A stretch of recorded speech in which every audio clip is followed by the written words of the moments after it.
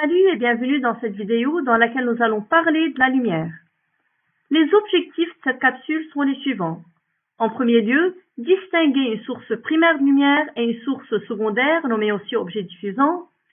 Deuxièmement, savoir comment modéliser le trajet de la lumière. Et finalement, connaître les différents types de faisceaux lumineux.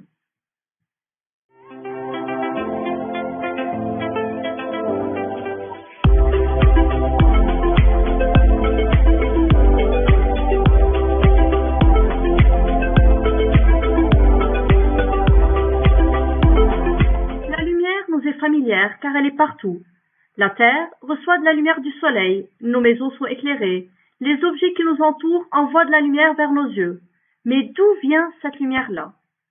Par définition, une source de lumière est un corps qui émet, c'est-à-dire qui projette de la lumière autour de lui.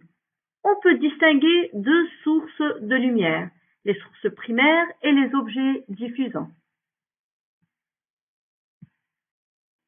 Les sources primaires sont des corps qui émettent leur propre lumière, la lumière qu'ils ont produite eux-mêmes. On peut trouver dans cette catégorie le soleil, les flammes, les lampes, les téléviseurs ou bien les écrans de nos ordi, le laser, certains animaux comme les lucioles ou encore de la foudre. Les objets diffusants sont des corps qui ne produisent pas de lumière, mais qui renvoient la lumière reçue. On dit que ces corps-là diffusent la lumière.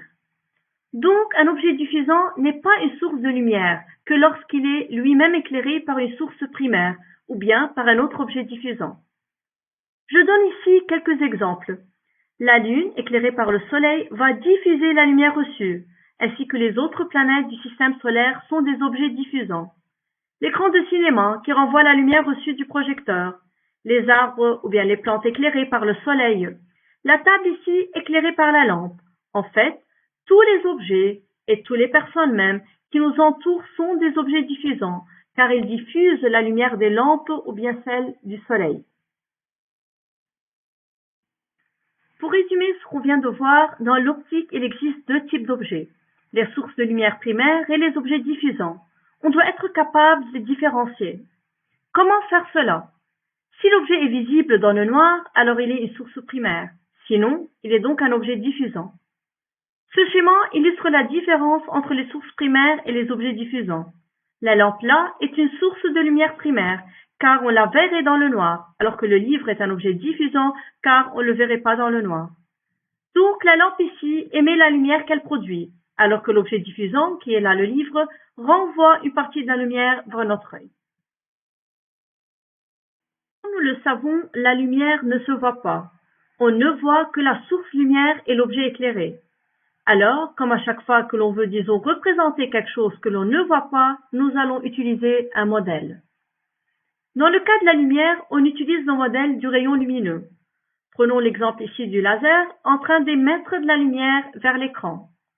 On représentera alors le trajet de la lumière par un trait sur lequel on ajoute une flèche pour indiquer le sens de propagation de la lumière. En réalité, on ne peut jamais isoler un seul rayon lumineux. Une source lumineuse émet en fait un faisceau lumineux qui est composé de plusieurs rayons lumineux. Comme on vient de voir, toute lumière a un faisceau lumineux qui est en fait constitué de plusieurs petits rayons lumineux.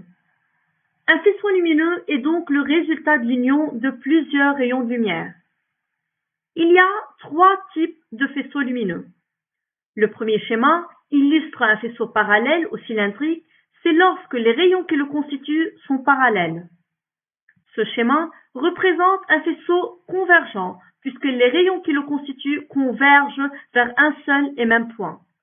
Et finalement, lorsque les rayons qui constituent le faisceau semblent provenir d'un même point, on parle d'un faisceau divergent.